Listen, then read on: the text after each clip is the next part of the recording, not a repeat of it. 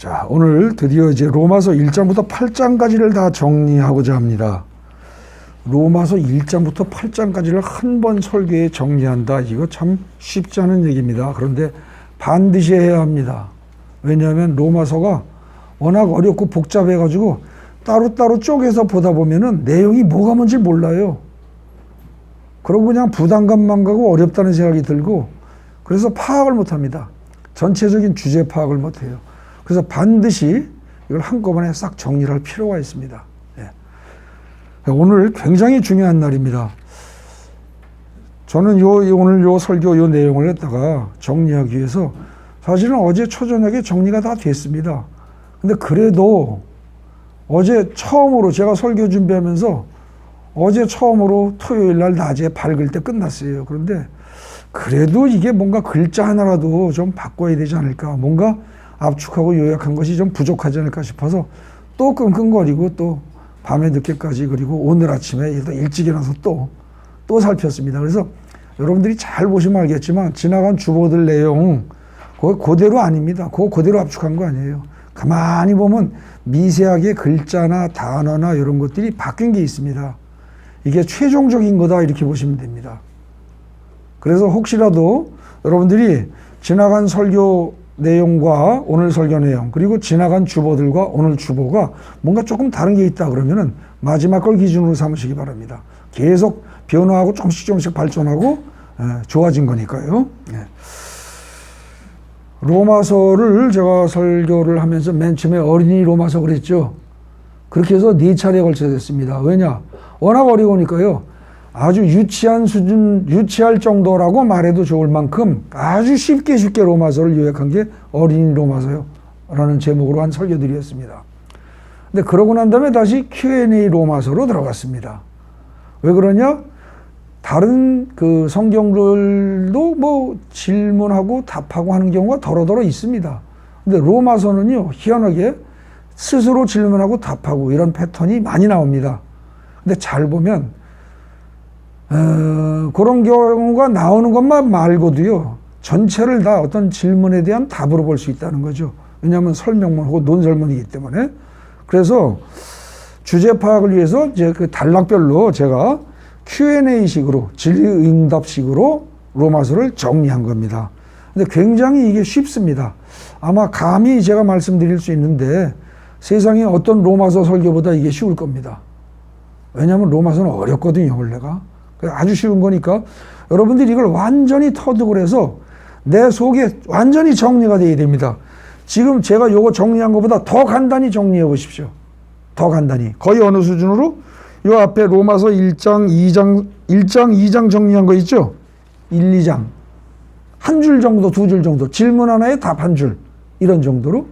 이런 식으로 8장까지가 정리가 다 되면 여러분들이 엄청나게 자유로움을 느낄 겁니다. 이 로마서가 기독교 신앙의 어떤 교리라고 그럴까? 논리 이걸 갖다가 완전히 다 압축해서 깨끗하게 정리한 겁니다, 이게. 이것만 잘 알면 교리가 흔들릴 게 없어요. 이단에 빠질 게 없어요. 그리고 뭔가 잘못된 신앙을 가질 게 없어요, 이게. 무지무지하게 중요한 거예요. 그래서 제가 이렇게 강조해 가면서 설명하고 또 다음에 또 이렇게 묶어서 또 하고 정리하고 종합 정리하고 이렇게 한 겁니다. 로마서 16장까지 중에서요, 여기 8장까지만 끝내면 9장 이하는 별거 없습니다. 진짜 쉬워요. 여기까지가 핵심입니다. 이것만 다 하면 거의 끝이다 이렇게 보셔도 됩니다. 그러니까 어떻게든지 요거는 다 하겠다라고 아주 굳게 작정하시고 오늘 말씀을 들으시기 바랍니다. 자, 거기 로마서 1장 보십시오. 자, 설명 보세요. 로마서 1장은 뭐예요? 첫 단락이 바울이 맨 처음에 자기가 종이라고 하는데 네가 종이라면 누구의 종이냐? 어떤 종이냐? 결국 그 얘기예요. 네가 종이라면 너의 주인은 누구냐? 그러니까 예수 그리스도입니다. 예수 그리스도의 종이고 너를 왜 보냈느냐? 복음을 전하라고요.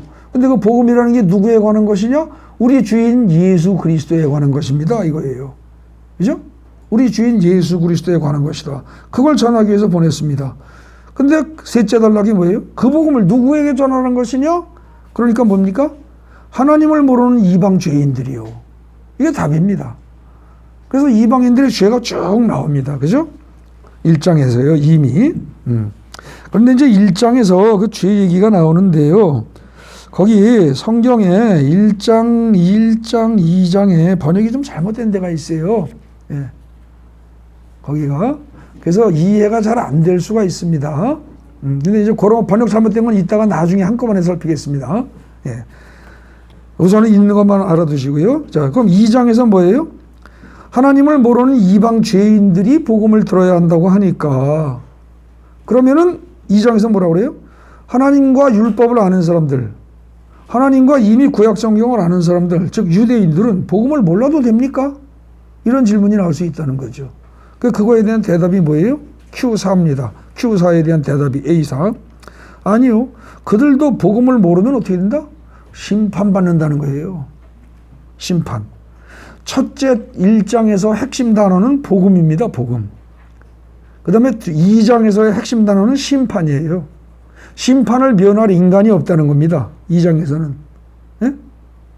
첫째 장에서는 1장에서는 복음을 전하는 게 내 목표입니다.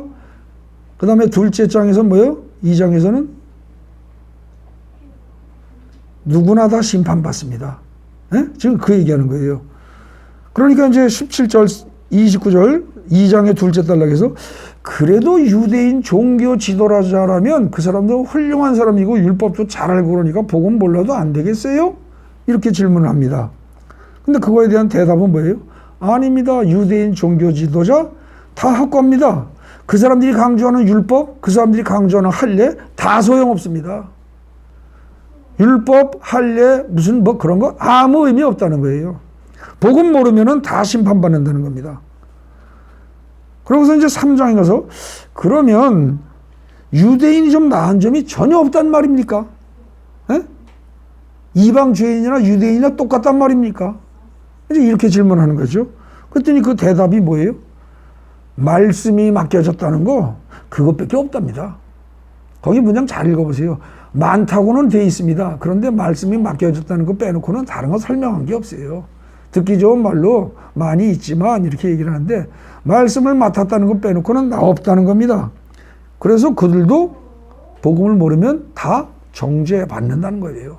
심판받는다는 겁니다. 그러니까 그 다음에 또 그래도 우리 그리스도인들은 좀 낫지 않겠어요? 이런단 말입니다. 여러분들도 이런 심리가 있죠. 그죠? 세상이 아무리 혼탁하고 뭐하고 어쩌고저쩌고 이러다가 뭐 망해도 그래도 예수 믿는 사람들은 구원을 받지 않을까? 이런다는 말입니다. 그래도 우리는 낫지 않을까? 근데 그 대답이 뭐예요? 바울의 대답은 아니요. 우리 역시 몽땅 다 죄인입니다. 몽땅 다 예외 없이.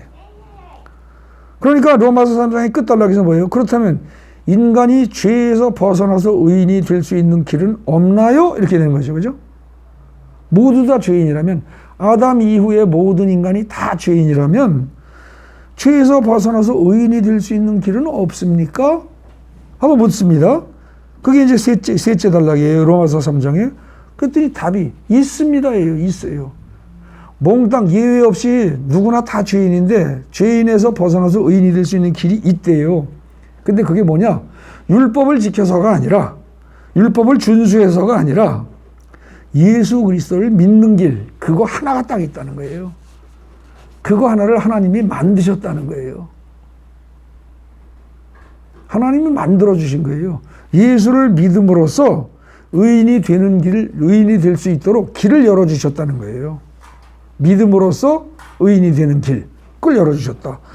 그래서 3장에서는요, 결국은 예수 그리스도를 믿음으로써 의인이 된다. 이게 핵심입니다. 예. 그래서 1, 3장을 다 묶으면 어떻게 돼요? 여기 화살표 있는 것처럼 모두가 죄인이냐? 한 명도 예외 없어. 한 명도. 인류 역사상 아담 이후 지금까지 아담부터 해서 그 아들들 쭉 다, 그리고 심지어 노아조차도, 그죠? 노아, 여호수아, 누구, 모세 할 거 없어요. 몽땅 다 죄인이라는 거예요. 성경에 나오는 위대한 인물 물론이요, 지금 살아서 온 세상의 종교를, 기독교를 혹은 유대교를, 캐톨릭을 지배하고 다스리고 이끌어가는 모든 종교 지도자 예외 없이 몽땅 다 깡그리 다 죄인이라는 거예요. 그런데 그 상태에서 의인이 되려면 어떻게 된다? 예수에 대한 믿음이라는 하나님의 의를 가진 자만이 로마서 거기 보면 3장에 보면 하나님의 한 의가 나타나서 이런 표현이 나옵니다. 그죠? 하나님의 한 의가 나타나서. 하나님의 의라는 게 하나님이 의롭게 보신다는 게 뭐냐? 하나님이 의롭게 보신다는 것 딱 한 가지예요. 예수에 대한 믿음을 가지고 있는 거 아닌가? 이걸로 본다는 거예요. 그래서 예수에 대한 믿음이라는 하나님의 의를 가진 자만이 의인이다. 이게 1~3장의 결론입니다. 잠깐 쉬어서 생각해 봅시다. 어려운 거 다 빼고. 간단히 얘기하면 뭐라고요? 세상의 모든 인간은 다 죄인이다. 예외 없이 죄인이다. 유대인이고 유대인의 지도자고 그리스도인이고 다 죄인인데 그 죄인의 상태를 벗어나서 의인이 될 수 있는 길은 뭐다? 믿음으로다. 믿음으로. 그겁니다, 일단은. 그러니까 이제 그 다음에 3장까지 그러고 나니까 4장에서는 그럼 믿음으로 의롭게 된다는 게 아니 그럼 예수 이전에는 없었잖아요. 그러지 않겠어요? 그런 말이 나오겠죠. 그럼 예수 이전 사람들은 구원 못 받는다는 얘기예요? 이런 질문들 많이 하지 않습니까? 지금 그 얘기에 대한 답이 4장이에요. 예수라는 말은 없었지만 어떻게 했다는 거예요? 4장에서 아브라함을 봐. 아브라함이 의인이라고 인정받은 게 할례 받은 이후가 아니잖아. 에? 4장. 아브라함을 봐. 아브라함이 답이야. 아브라함을 보면 그 사람이 할례를 받았기 때문에 혹은 율법을 잘 지켰기 때문에 의인이라고 한 게 아니고 창세기 12장부터 잘 읽어봐. 그러면은 뭐예요? 오로지 하나님의 말씀을 믿었기 때문이에요. 그죠? 하나님의 말씀을 믿었기 때문에. 근데 그때는 예수라는 이름이 나오진 않았어요. 근데 사실은 하나님과 예수님과 성령님, 삼위는 일체예요. 그죠? 그렇기 때문에 하나님의 말씀을 믿는다. 이 말은 바꿔 얘기하면 예수의 말씀을 믿는 것이요. 예수의 죽음의 의미를 그대로 믿는 거고 통한단 말입니다. 그래서 구약에서는 아브라함이 하나님의 말씀을 믿었기 때문에 의인이라고 인정을 받았지만 신약에 와서는 예수를 믿음으로써 의인으로 인정받는다. 그 얘기입니다. 그래서 여러분들 1, 2, 3장까지는 몽땅 다 죄인이야. 그래서 의인은 없어. 근데 구원받는 길은 딱 하나 있어. 믿음으로 구원받는 거야. 그래 놓고 그 구체적인 예가 뭐냐? 4장. 아브라함이야. 아브라함이 절대 율법 잘 지키고 할례 받고 그래서 의인 된 거 아니야. 이 얘기를 하고 있단 말입니다. 그죠? 그 4장은요, 여러분들 핵심 단어로 제가 거기 보십시오. 색깔을 뭐라고 거기 파랗게 놓은 게 있어요. 뭐 있어요? 아브라함. 4장은 아브라함만 기억하십시오. 4장은 아브라함에 관한 얘기예요. 아브라함이 할례 없이 먼저 의인으로 인정받고 할례는 나중에 했다. 그러니까 믿음으로 구원받는다는 증거가 대표적인 경우가 바로 너희가 조상이라고 떠받드는 아브라함이다. 그 얘기를 하는 겁니다. 그런데 그 아브라함 얘기를 왜 써놨을까? 그거는 아브라함이 훌륭하다. 너희 조상이기 때문에 써놨다가 아니고 사실은 뭐예요? 둘째 단락입니다. 4장의 둘째 단락. 뭐라고 돼 있어요? 기록한 이유. 우리도 믿음으로 의롭다고 인정받을 수 있다는 사실을 깨닫게 하려고 적은 거라는 거예요. 이게. 그 다음에 5장은 어떻게 돼요? 5장에 가서는요, 처음부터, 이 로마서는요, 가만히 보면 처음부터 결론을 탁탁 막 처음부터 던집니다. 오히려 한 장의 끝부분에 가서는요, 질문을 던져요. 근데 답은 거의 처음에 나오는 경우가 많습니다. 5장에서는요, 첫 단락부터, 여러분들 5장 첫 단락 보세요. 뭐라고 돼 있어요? 5장. 그러면 우리가 믿음으로 의롭다 하심을 받았으니 우리 주 예수 그리스도 말미암아 하나님과 화평을 누리자 그랬잖아요. 그죠? 하나님과 화평을 누리재요. 그러고서 또 뭐라고 그래요? 화평 누리는 거 하나로 끝나는 게 아니고 또한 그러 말미암아 우리가 믿음으로 서 있는 이 은혜에 들어감을 얻었어. 그러니까 얻었기 때문에 얻었고 또 하나님의 영광을 바라고 즐거워하게 됐다는 거예요. 그리고 그뿐만 아니라 환난 중에도 기쁘고 즐거울 수 있게 됐다는 거예요. 환난과 고통 중에도. 왜? 이게 지금 뭐예요?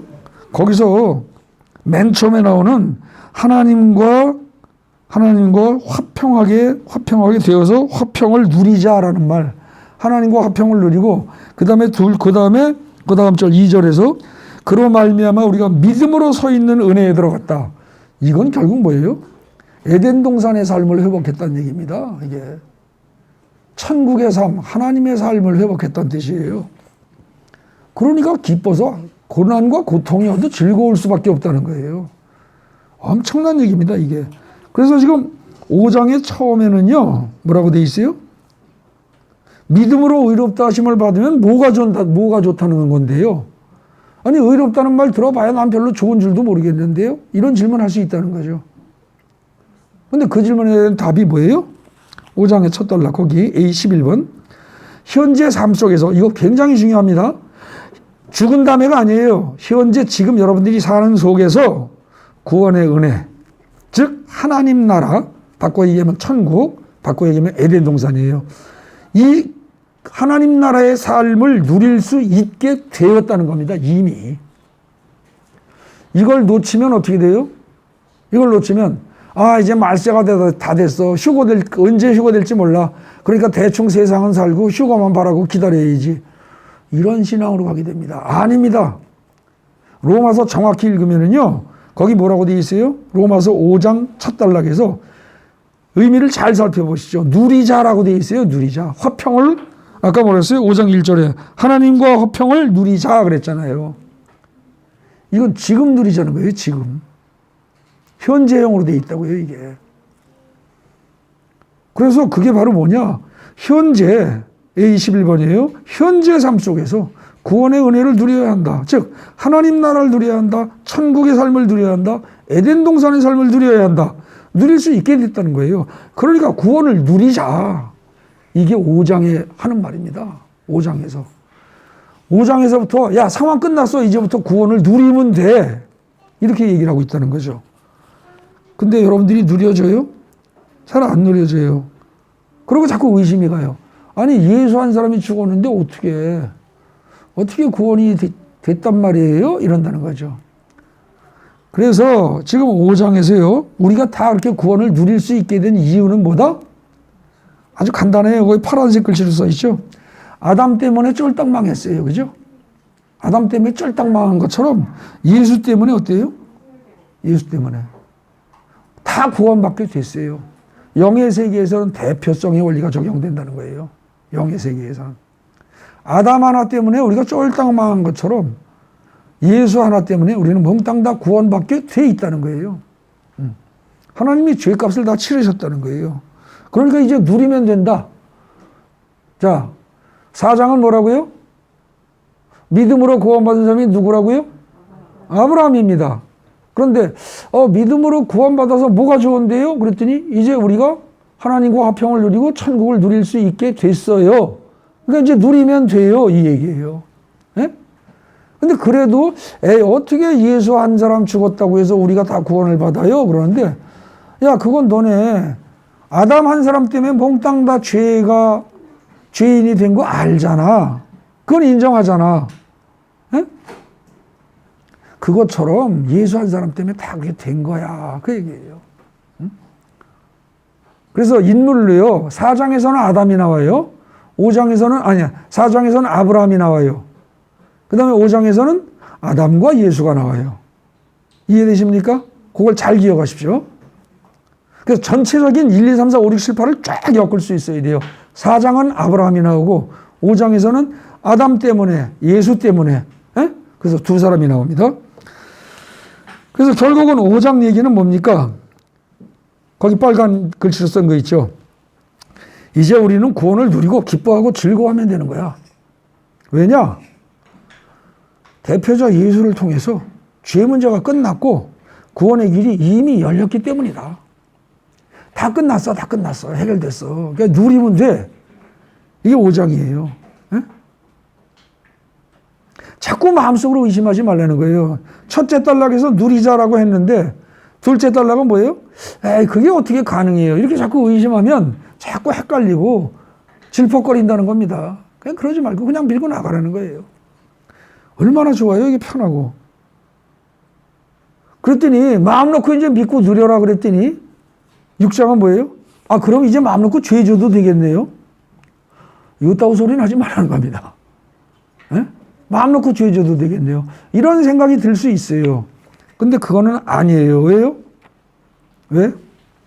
우리는 그리스도와 함께 죽고 함께 부활한 사람입니다. 함께. 예? 함께 죽고 함께 부활했어요. 그러니까 함께 죽을 때 죄인의 속성이 다 죽어버렸고, 그죠? 그리고 함께 부활하면서 이제 의인으로 다 거듭났어요. 한꺼번에. 그래서 우리는 죄의 종이 아니라 의의 종으로 바뀌었어요. 이게 지금 6장의 얘기예요. 6장에. 마음 놓고 죄 져도 되겠네요. 그게 아니라는 거죠. 마음 놓고 죄 질 게 아니라 이제 우리의 신분이 죄의 종에서 의의 종으로 바뀌었으니까 그 다음에 어떻게 돼요? 의의 종답게 살아야죠. 의를 행하고 살아야죠. 그죠? 의를 따라가며 살아야 되는 거예요. 그러면 의를 따라가며 산다. 다르게 표현하면, 단어를 좀 바꿔 표현하면 거룩하게 산다예요. 거룩하게 산다. 그래서 그 페이지 끝에 보면 거룩하게가 파란 글씨로 되어 있죠. 이게 핵심 단어입니다. 각 장마다 핵심 개념을 제가 색깔을 파랗게 한 거예요. 그래서 6장은 어떻게 된다? 5장에서는 마음껏 누리고 살아라. 마음껏 누리고 살아라. 그 다음에 6장에서는 근데 마음껏 누리고 사는데 너의 삶이 어때야 된다? 거룩해야 한다. 거룩해야 한다. 누린다고 해서 방탕한 것이 아니다 이겁니다. 우리는 뭔가 마음껏 누린다고 그러면 자꾸 방탕해지는 걸 생각하기 쉬워요. 그죠? 근데 그게 아니고 거룩하게 살아야 한다는 거예요. 우리는 돈을 많이 벌어서 돈을 실컷 쓰고 누린다 그러면 어떻게 돼요? 돈을 누린다 그러면 지 쓰고 싶은 대로 마음대로 막 쓰는 걸 생각을 해요. 그죠? 지 멋대로 방탕하게 방종, 방탕 이걸 자꾸 누린다고 생각을 해요. 근데 그게 아니고 성경에서 말하는 하나님이 말씀하시는 누린다는 건 뭐다? 거룩하게 사는 거다. 그러니까 5장은 누려라. 6장은 거룩하게 살아라. 아시겠어요? 아주 간단히 요약하면 5장은 누려라예요. 천국을 누려라. 지금 누려라. 그 다음에 6장은 지금 천국을 누린다는 건 무슨 뜻이냐? 무엇에 얽매이지 말고 눌리지 말고 사는 건 좋은데 동시에 그렇게 하면서 뭐예요? 거룩해야 한다. 그 얘기입니다. 그러니까 이제 7장에는 어떻게 되겠어요? 6장 요약한 거 보십시오. 뒤에 빨간 글씨 있죠? 예수와 함께 죽고 함께 부활했어. 그래서 너네는 옛날 사람이 아니야. 이미 함께 죽어서 죽을 때 죄가 다 없어졌고 그 다음에 죄와는 관계가 끊어졌어. 그리고 새로 살아났잖아. 새로 살아났으니까 어떻게 돼요? 의의 종이 된 거야. 죄의 종에서 의의 종이 된 거야. 함께 죽고 함께 부활할 때 죄의 종에서 의의 종으로 거듭난 거야. 그러니까 이제 의의 종이 됐으니까 거룩하게 살아. 그렇게 살다 보면 마지막에 어떻게 돼? 영생에 이르게 되는 거야. 에? 여기 이 부분 굉장히 중요한 거예요. 이걸 잘못 이해하면 어떻게 돼요? 교회에 나와서 예수 믿기만 하면 영생을 얻었다? 아니에요.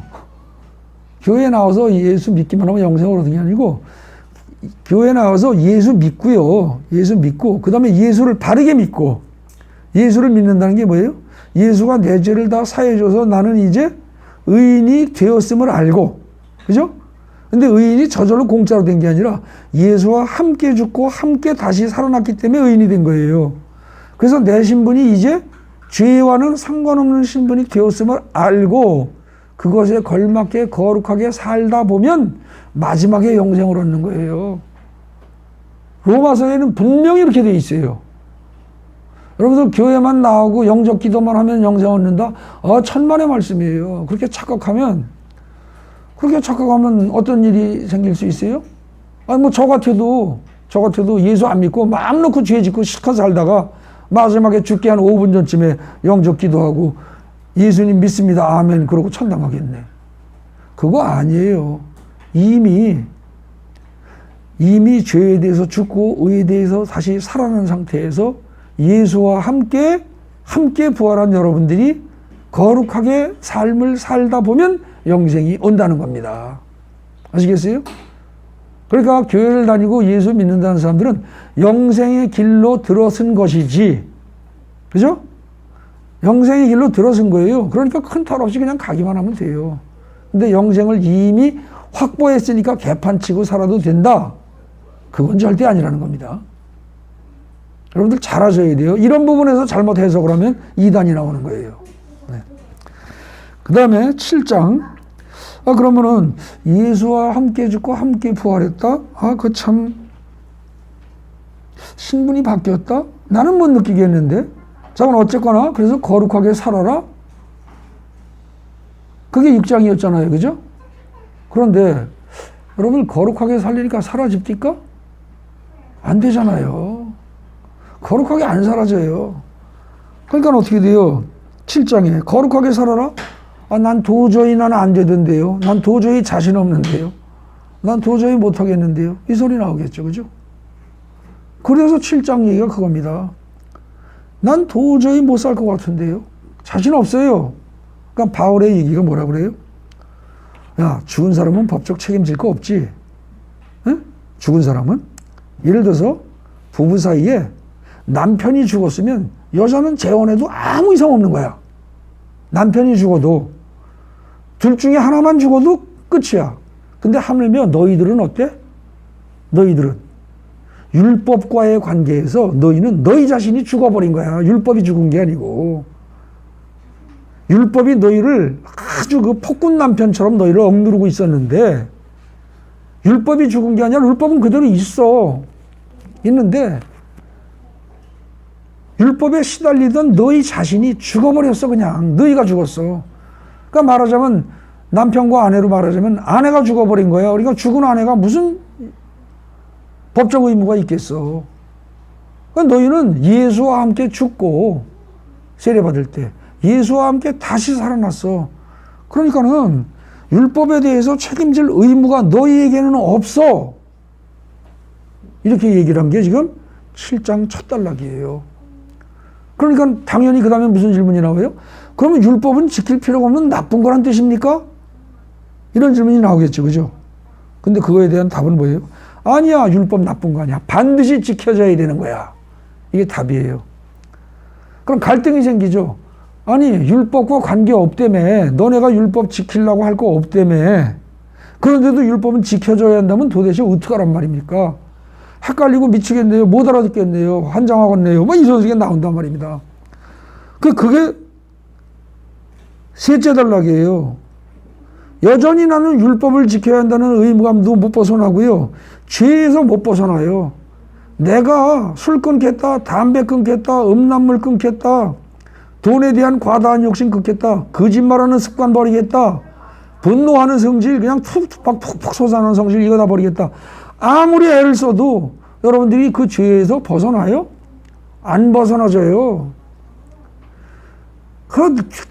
남에서 뒤에서 남 뒷얘기 하지 말라고 그러는데도 불구하고 교회에서도요, 다니면서 보면 꼭 남 안 좋은 얘기 가지고 쏙닥쏙닥 하면서 말이지, 이건 말이지, 내가 너한테만 말하는 건데, 너만 알아도 그러고, 혼가 험고담하는 사람들.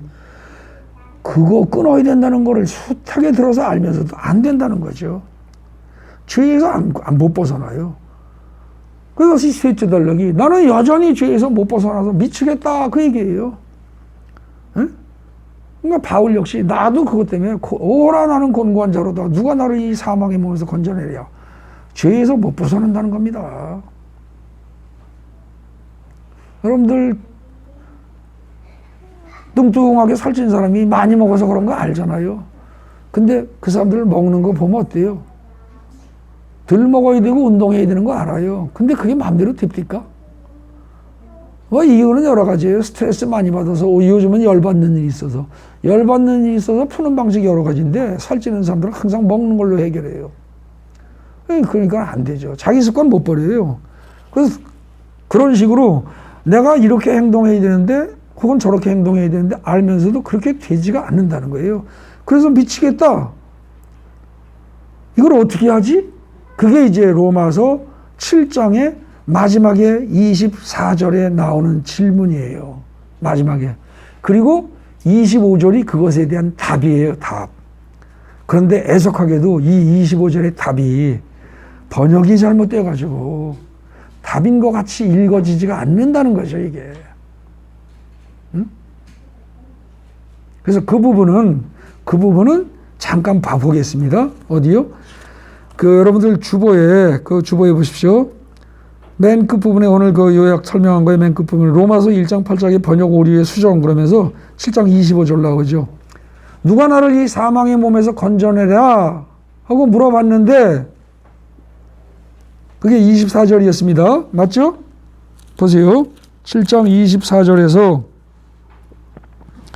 어라 나는 곤고한 사람이라 이 사망에서 누가 나를 건져내랴 하고 질문을 했는데 그것에 대한 답 25절이 여러분들 주보에 7장 25절 번역 오류 수정한 부분 나오죠? 맨 끝부분입니다. 누가 나를 이 사망의 몸에서 건져내겠냐는 질문에 대한 그 답이 바로 뭐다? 예수 그리스도를 통하여 하나님께 있는 은혜다. 그러니까 아주 더 줄이면 어떻게 돼요? 그냥 하나님의 은혜예요. 수식어 다 빼버리면. 누가 나를 이 사망에서 건져낸다? 하나님의 은혜가. 즉 하나님의 은혜 아니면 못 건져낸다는 거예요. 바로 그 점 때문에 즉 하나님의 은혜로만 내가 구원받을 수 있다는 그리스도를 통한 하나님의 은혜로만 내가 건져짐을 받을 수 있다는 그 점 때문에 한편 육신으로는 비록 죄의 법을 따르고 있지만 나는 여전히 죄에 따라 끌려가고 살고 있다는 거죠. 그러고 있지만 또 한편으로는 내 자신의 마음만큼은 어때요? 하나님의 법을 섬기고 있다. 내가 몸은 죄에 끌려서 다닌다. 여전히 죄 짓고 있다. 그래도 내 마음만큼은 하나님의 법을 향하고 있다. 그 얘기예요. 근데 우리가 마음만이라도 하나님을 향하여 있으면 그 다음엔 어떻게 한다? 하나님의 은혜로 그 다음에 이제 8장에 나오는 얘기입니다. 성령이 다 알아서 하신다는 거예요. 성령이. 그래서 7장 끝에서 그 하나님의 은혜로 구원을 받는다 라는 그 말이 뭐냐? 그 말을 설명한 게 8장입니다. 하나님의 은혜로 구원을 받는다고 그러는데 하나님의 은혜가 뭐 그야말로 하늘에서 뭐 이렇게 뚝 떨어져요? 아니면 뭐 돈으로 나타나요? 권력으로 나타나요? 아니 그런 게 아니고 하나님의 은혜로 우리가 구원받는다는 건 바로 뭐냐? 성령이 다 끌어가신다는 거예요. 성령이. 그러니까 8장 전체는 성령이 끌어가신다. 그러니까 너희는 걱정할 거 없어. 그 얘기입니다. 사실은. 그리고 거기 7장 끝에 하나님의 은혜로 구원받는다고 은혜로 구원 거기 파란 글씨로 해놨죠. 잘 생각해 보십시오. 그때 구원이라는 게 뭐예요? 율법과 죄에서 벗어나는 거예요. 율법과 죄에서 벗어나는 거. 그게 구원입니다. 사실은. 근데 이 율법과 죄의 얽매인 건 누가 언제 얽매인 거예요? 최초에. 아담이 선악과 먹으면서 얽매인 거예요. 그때부터. 근데 이걸 다 벗어나 보세요. 얼마나 편해요. 이거 다 벗어나면요. 율법에서 벗어나 보십시오. 율법에 얽매이는 게 결국은 뭐예요? 율법주의자가 되는 거예요. 여러분은 율법주의자가 아니고 그 율법주의에서 벗어나 보십시오. 율법에서 벗어나 보세요. 얼마나 자유로운데.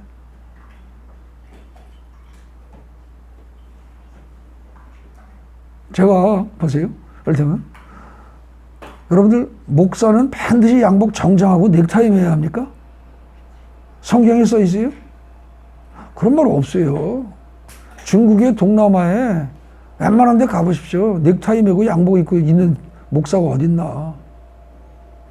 성경에 없어요. 근데 우리 한국 사람들은 일반적인 인식이 어떻게 돼요? 목사는 반드시 넥타이 매고 양복 정장하고 딱 그래야 된다는 생각이 있어요. 그게 율법이고 율법주의입니다. 율법에는 그런 말 없어요. 하나님의 율법엔 그런 거 없어요. 근데 인간이 하나님의 율법을 변개시켜서 율법주의로 만들어버립니다. 그냥. 그렇게 해서 넥타이를 안 매고 정장을 안 하면 이제 뭐 목사가 저래? 이런 생각이 든다거나 목사 자신도 이건 내가 품위가 없어? 이런 생각이 든다거나 그거 짐스러운 겁니다. 부담스러운 거예요. 남에게 짐 지는 것이고 목사가 스스로 그렇게 생각하면 자기가 짐 지는 거고 그런 것에서 다 벗어나 보십시오. 얼마나 편하고 좋은데요. 여러분들 저희 여자분들 밖에 나갈 때 어때요? 화장 다 하죠? 속옷 브라자부터 다 챙겨 입고 뭐하고 다 갖고 오고 뭐하고 화장하고 뭐 깨끗하게 하고 빈틈없이 하고 앞에서 보고 뒤로 돌아보고 옆으로 보고 막 하면서 챙기고 나가죠. 아주 잘하는 거예요. 그죠? 근데 집에 들어와서 밤에 잘 때까지 그대로 하는 사람이 있어요? 그거는요, 힘들어요. 내 몸과 마음을 답답하게 만들어요. 오면은요, 화장 다 지우고, 들어오자마자 화장 다 지우고, 그 다음에 속에 조이는 옷 같은 거, 스타킹에 무슨, 뭐에, 웬만하면 다 풀어버리고, 그러고 있는 게 편하죠. 이 율법주의에 얽매이면요, 사람 피곤해요.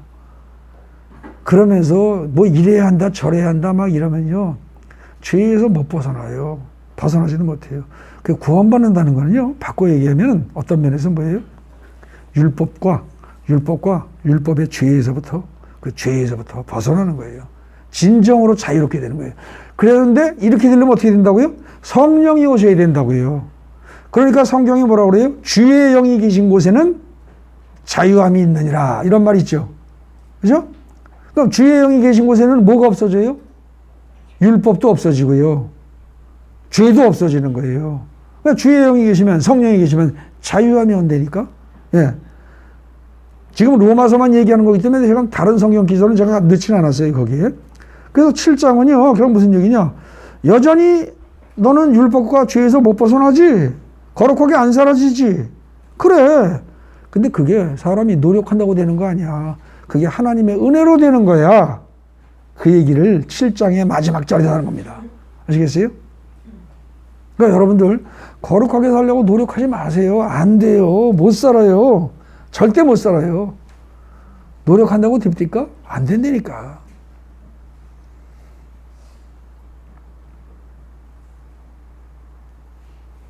그러면 율법 안 지켜도 되느냐? 아니에요. 지켜야 된다니까요.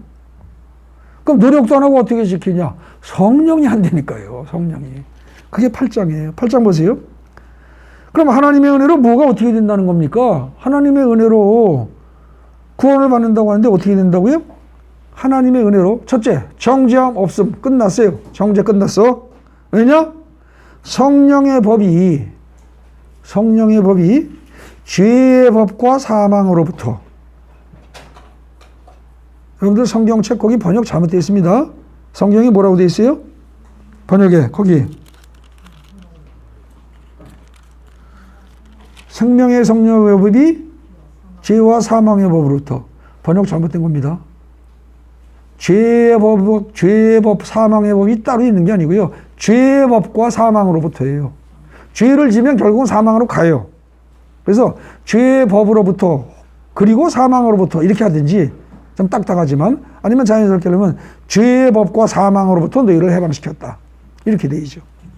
그 번역 잘못된 겁니다. 그 여러분들은 이제 정죄함 없어요. 왜요? 거기 해방시켜 주었기 때문입니다. 거기 이라 이렇게 되어 있는데 그거 잘 읽으면 이해가 되지만 그건 이라는 하기 때문이다로 원인 혹은 이유로 설명해야 할 부분입니다. 예. 그래서 그 다음에 이게 굉장히 중요한 겁니다. 근데 이상하게 제가 보기에는 로마서 8장에서 제일 중요한 기절이 그 다음 기절이에요. 4절. 육신을 따르지 않고 그 영을 따라 걸어가는 우리에게 율법의 요구가 이루어지게 하려 하심이니라. 제가 보기엔 로마서 8장에서 제일 중요한 게 이겁니다. 근데 이상하게 이게 주목을 못 받아요. 그리고 앞에 해방시켰다 막 이런 거 하고 이것만 생각한다는 거죠. 해방시키면 뭐 할 거예요? 죄에서 해방시키면. 그 다음에 내가 어떻게 살아야 할지 바르게 살 능력이 없고 힘이 없는데. 진짜 중요한 건 4절입니다. 그 4절이 뭐라고요? 육신을 따르지 않고 그 영을 따라. 그 영은 성령이에요. 성령으로 번역을 하십시오. 성령이라고 번역하는 게 낫습니다. 성령을 따라서 행하는 그럴 때 행하는 그러면 우리는 어때요? 자꾸 실천한다고 생각하잖아요. 실천한다, 준수한다. 아니에요. 원어 자체가 걸어간다라고 돼 있어요. 원어 자체가. 그러니까 어떻게 돼요? 4절은 육신을 따르지 않고 성령을 따라서 걸어가는 우리에게. 아시겠습니까? 그러니까 성령이 이끌고 가는 대로 그냥 따라가는 거예요. 따라서 걸어가는 거예요. 내가 노력해서 행하는 게 아니고 이거 무지무지 중요한 겁니다. 그 차이를 구분하지 못하면 기독교 신앙생활이 아주 짐스럽습니다. 무거워요. 힘들어요. 평생 율법주의에 눌리는 거예요. 이 8장 4절은 아무리 강조해도 지나치지 않습니다. 근데 결정적으로 여기서 번역이 잘못됐다고 말할 수는 없는데, 왜냐하면 행한다 그럴 때 행자가 갈행자잖아요. 그러니까 한문으로 말하면, 한자로 말하면 맞는 건 맞는 거예요. 근데 이때 행한다 그러면 우리는 준수한다, 준행한다, 이걸로 이해가 된다는 거죠. 근데 그게 아니고 그냥 따라서 걸어가는 거예요. 그래서 거기도 번역 고치십시오. 이게 참 모르겠습니다. 이렇게 결정적으로 아주 중요한 부분에 대한 번역들이 성경에 틀린 데가 꽤 있어요. 아마 제가 보기에는 이런 것들이 아마 어쩌면 마귀가 성경을 이해 못하게 장난친 거 아닌가 하는 생각이 듭니다. 이런 부분들을. 뭐 국내에 킹 제임스 버전이라는 성경을 중시하는 그 사람들은 자기네 성경 킹 제임스 버전 빼놓고는 나머지는 다 마귀의 속임수에 속아서 엉터리로 번역했다, 뭐 이렇게 얘기를 하는데, 제가 보기에는 킹 제임스 번역도 여기서 이거 구분 못합니다. 똑같이 돼 있을 거예요. 근데 다른 성경은 뭐 마귀의 뭐에 그래서 그랬다, 에이 그건 아닌 것 같고요. 다만 이렇게 결정적으로 중요한 부분, 아까 7장의 맨 마지막 절 25절 그 번역도 엉망으로 돼 있고, 그 다음에 8장에 지금 4절 이것도 번역이 이상하게, 틀린 건 아닌데 그렇다고 다 맞느냐? 절대 맞는 건 아니라는 거죠. 이렇게 되어 있는 것들이, 이런 것들이야말로 아마 마귀들이 장난쳐서 우리가 모르고 있는 거 아닌가 싶어요. 정확히 알아야 될 부분입니다. 그래서 그냥 결국 어떻게 돼요? 그냥 여러분들은 성령을 따라서 걸어가기만 하면 여러분들이 노력하지 않아도 율법의 요구가 다 이루어지도록 하나님이 하셨다는 거예요. 이해되십니까? 그러니까 여러분들은 율법에 대한 책임을 질 필요가 있어요, 없어요? 책임 없어요. 여러분들은 따라가면 돼요. 쉽게 해서 여러분들이 돈을 1,000몇백 원을 내고 버스건 기차건 타면 어떻게 돼요? 거기서 앉아있으면 되잖아요. 가만히 앉아있으면 돼요. 서 있으면 되고. 그럼 알아서 가지는 거예요. 그죠? 내가 거기서 막 다리품을 팔아서 열심히 뛰고 애쓰고 안 해도 되잖아요. 그러면 오히려 이상하죠. 가만히 있으면 돼요. 그것처럼 여러분들이 성령이 인도하는 대로 가만히만 있으면, 버스 타고 가만히 있으면 버스가 알아서 사람을 옮겨주듯이 여러분들이 성령만 따르고 있으면 그 다음에 성령이 알아서 율법이 다 지켜지도록 만든다는 겁니다. 그러니까 율법을 내가 지켜야 한다는 책임감, 의무감, 부담감 느낄 필요가 있다, 없다?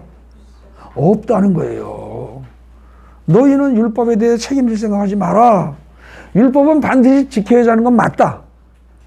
율법의 1.1획도 땅에 떨어지는 법이 없다고 예수님이 말씀하셨어요. 산상수훈에서. 그죠? 1.1획도 착오가 없어요. 안 떨어져요. 그리고 다 지켜져야 돼요. 그런데 그걸 너희가 노력해서는 지킬 사람 한 명도 없다. 성령만 따라라.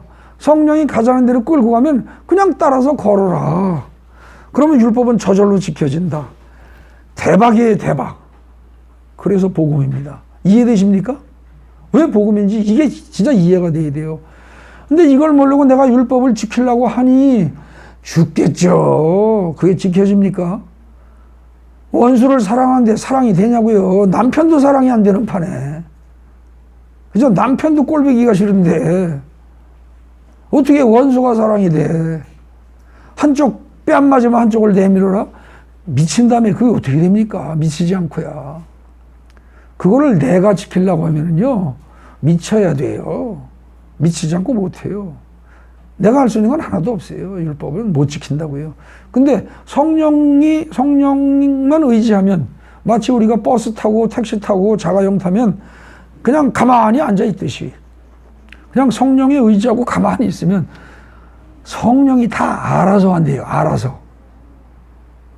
그게 왜 되느냐, 어떻게 되느냐 자꾸 따지고 뭐하고 하는 거는 글쎄 뭐 꼭 필요하면 학자들이 할 일이고, 그냥 평신도들은, 그냥 보통 믿는 사람들은요, 그냥 밥 먹고 연구하는 걸 직업으로 삼는 사람들은 뭐 그렇게 안 되지만, 그러지 않으면 그냥 믿고 성령한테 맡기래요. 그럼 편하대요.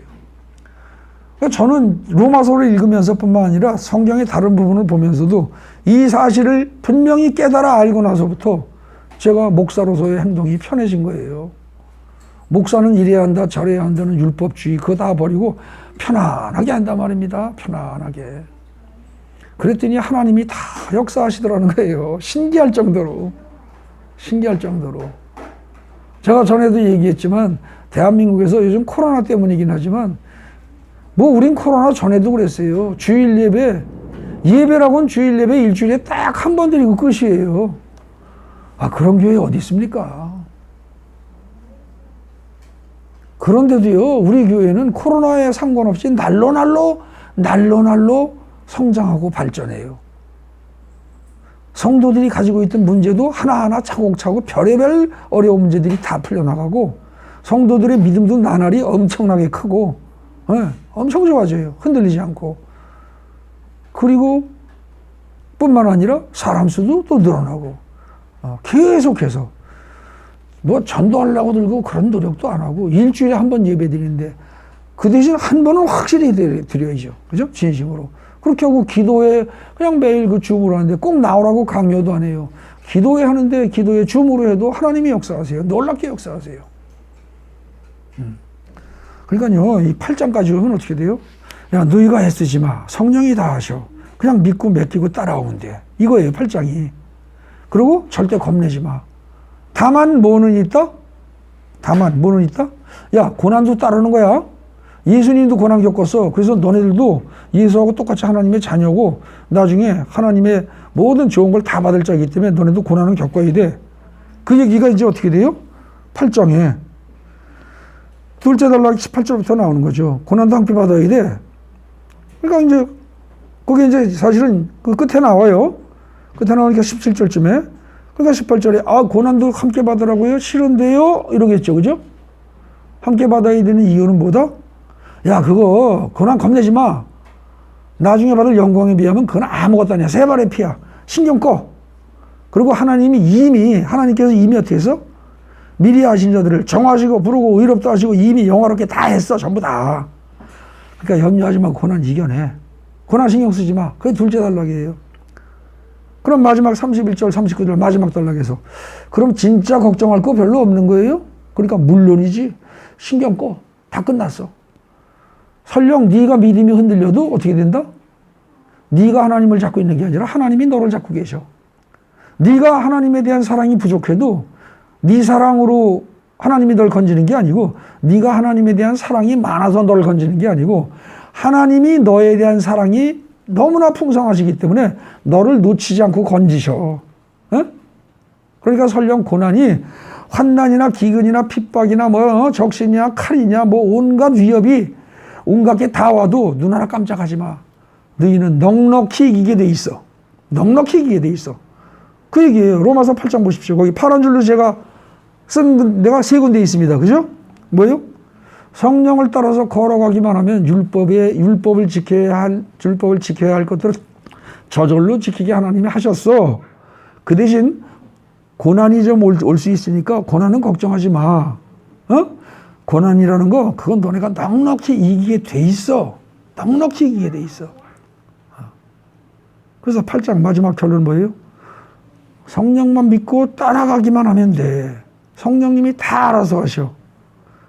율법을 너네가 지키려고 하지 마. 성령만 따라가면 율법을 저절로 지키게 하나님이 만드셔. 그러니까 고난이 와도 걱정하지 마. 게임 끝났어. 이거예요. 이게 사실은요. 로마서 8장까지인데요. 이 로마서 8장까지는 그 이후 9장부터 16장까지 가도요. 결국은 이거에 대한 이게 핵심이고요. 그 다음에는 사실은 별 볼 일 없어요. 아주 극단적으로 얘기하면 8장에서 끝나도 됩니다. 네. 9장 이하는요, 그렇게 뭐, 그거 몰라서 뭐 어떻다, 그런 거 없어요. 그냥 대충 읽어도 그냥 별거 아니에요. 그리고 이게 8장까지 이 내용이 사실은 신구약 전체를 몽땅 다 압축한 겁니다. 이게 다예요. 그럼 여기서 어떻게 돼요? 천국은 죽은 다음에 가서 누리는 거예요? 아니에요. 지금 우리가 누려야 돼요. 에덴 동산에 그 모든 것이 풍요롭고 하나님이 함께 계시면서 모든 것이 풍요롭고 두려움과 걱정과 미움과 원망 이런 것도 없고 모든 것이 행복한 그 상태를 우리가 매일매일 누려야 돼요. 여러분들이 집에서 가정에서 그게 누림이 있어야 되고 그 다음에 어떻게 돼요? 교회 가서도 그런 누림이 있어야 되고 직장에서 누리고 이럴 수 있어야 한다는 거예요. 그렇게 살면서 성령만 따라서 살다 보면 그런 삶이 사라지고 그렇게 살다 보면 어떻게 돼요? 율법이 저절로 지켜지고 그죠? 하나도 부담 없이 편안하게 율법이 지켜진다는 거예요. 그리고 그렇게 사는 게 그게 세상 사람이 보기에 거룩하게 사는 거예요. 거룩하게 살라는 말을요, 여러분들이 거룩하게 살려고 노력해야 한다는 말로 해석하는 순간 기독교인은 굉장히 힘들어집니다. 거룩하게 살아라는 말은 그쪽 방향으로 가야 된다는 말이지 그쪽으로 가기 위해서 너희가 노력해라 그 말은 아니라는 거죠. 그럼 꼭 노력해야 할 게 있다면 딱 한 가지 뭐예요? 성령의 인도를 받는 거.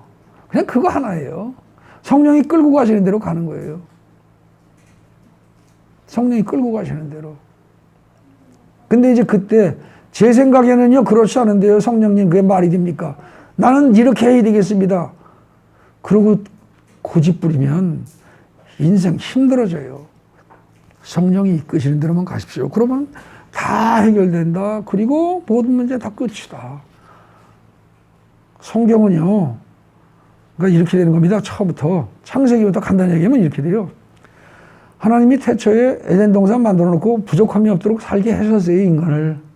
근데 인간이 아담이 그 말씀에 불순종하고 지 멋대로 행동을 했어요. 그죠? 근데 그 죄로 인해서 그 이후에 인간들은 자기 판단, 자기 고집, 자기가 선악 판단하고 이렇게 하면서 지 고집대로 살면서 고생만 오지게 한 거예요. 근데 이제 그렇게 하면서 너무나 죄를 많이 짓게 되고 죽을 수밖에 없고 그러니까 하나님이 어떻게 하셨다? 예수를 보내서 죄를 대신 싹 없애버리고, 그죠? 지나간 죄 다 청산하고, 그 다음에 앞으로 더 죄 안 짓기 위해서 지나간 죄는 예수의 피공로로 청산해버렸고, 앞으로 더 죄 안 짓고 율법을 다 지킬 수 있도록 어떻게 해요? 성령 보내신 거예요. 성령을. 그러니까 기독교에서는요, 예수도 굉장히 중요하지만 성령을 빼면 어떻게 돼요? 여러분들이 뭘 행할 힘이 없는 거예요. 예수와 성령은 뗄래야 뗄 수가 없어요. 예수님은 오셔서 지나간 죄를 다 정리하시고 성령이 오시도록 다 길을 열어놓으시고 준비 다 하시고, 그죠? 그리고 지금 하나님 우편에 앉아가지고 계속 기도하신다니까, 여러분들을 위해서. 그럼 현재 와가지고 여기서 세상에 성도들을 이끌어가는 분은 누구다? 성도들아, 너희들은 열심히 노력해서 잘 율법을 지키며 살아라. 절대 성경은 그렇게 얘기 안 해요. 성령이 오셔서 성령이 인도하시니 그것만 따라가라. 그러면 모든 율법의 요구는 다 이루어진다. 그리고 너희는 그와 동시에 어떻게 돼요? 천국의 삶을 누릴 수가 있다. 에덴 동산의 삶을 누릴 수가 있다. 그렇게 사는 것이 그게 세상 사람과 구별되는 거룩한 삶이요. 그거 자체가 거룩한 삶이에요. 뭐 항상 성경책 옆에 끼고 이러고 다니는 게 아니고, 그렇게 사는 게 거룩한 삶인데, 그런 거룩한 삶을 살다가 보면 마지막에 육신의 생명이 끝나는 날 너희는 영원한 영생의 나라로 들어간다. 그겁니다. 그러니까 여기서 살면서 그 거룩한 삶을, 천국의 삶을, 에덴 동산의 삶을 맛도 모르고 누릴 줄도 모르고 누려본 적도 없는 사람이 어느 날 팍 죽으면은 그때 딱 천국으로 싹 올라가요? 에이, 그런 거 없어요. 고기도 먹어본 놈이 먹는다고. 에? 여기서 다 훈련되고 된 만큼, 군대에서 병장 제대하면 예비군도 병장이 되니까 평생 병장이 되니까. 근데 군대에서 별 달고 제대해봐요. 예비군 가도 별이에요. 이 살아서 여러분들의 믿음의 수준이 성장한 만큼, 그것만큼 수준 미달이면 나중에 어떻게 돼요? 그냥 지옥으로 갈 것이고. 그래도 하나님이 보시기에 일정 수준 이상이다. 그리고 그만큼 쭉 따라왔다. 그럴 것 같으면 하나님이 천국을 데려가시는데, 여기서 천국 체험을 전혀 못한 사람이 갑자기 천국 가는 일은 없습니다. 집어 넣어줘도 가서 여러분들이 견디질 못하고 스스로 나옵니다. 실제로 많은 믿음의 선배들, 영적으로 깨달았다고 하는 사람들은 거의 똑같은 얘기를 합니다.